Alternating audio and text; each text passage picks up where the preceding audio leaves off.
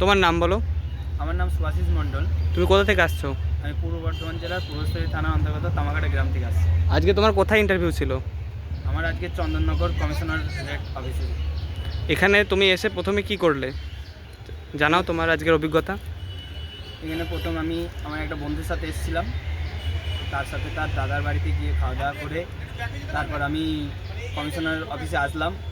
এসে ভেতরে একটা জায়গা আছে, সেখানে জামা প্যান্ট চেঞ্জ করা, ড্রেস আপ করার জন্য প্রথমে সেখানে নিয়ে গেল, তারপরে নিয়ে গেল ডকুমেন্টস ভেরিফাই ওখানে, তারপরে ইন্টারভিউ নিয়ে। এবার ইন্টারভিউ কক্ষের পরিস্থিতি কেমন ছিল? তোমার শিফটে কোনো অ্যাবসেন্ট ছিল? না, আমার শিফটে কোনো অ্যাবসেন্ট ছিল না। কতজন ছিল?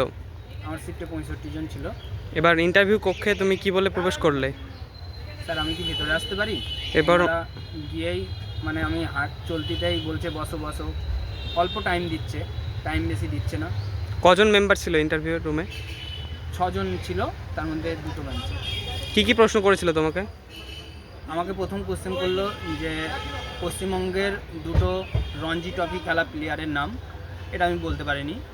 তারপর কোশ্চেন করেছিল পশ্চিমবঙ্গ মানে অন্তর্রাষ্ট্রীয় ক্রিকেট টুর্নামেন্টের কটা ট্রফির নাম, এটা বলতে পেরেছিলাম। তারপরে ধরলো ক্রিকেট গ্রাউন্ডে কতজন মানুষ থাকে, তারপর এই। আচ্ছা, তার মানে তোমার ওভারঅল ইন্টারভিউ খুব ভালোই হয়েছে। আশা করি তোমার সিলেকশন এবার হয়ে যাবে।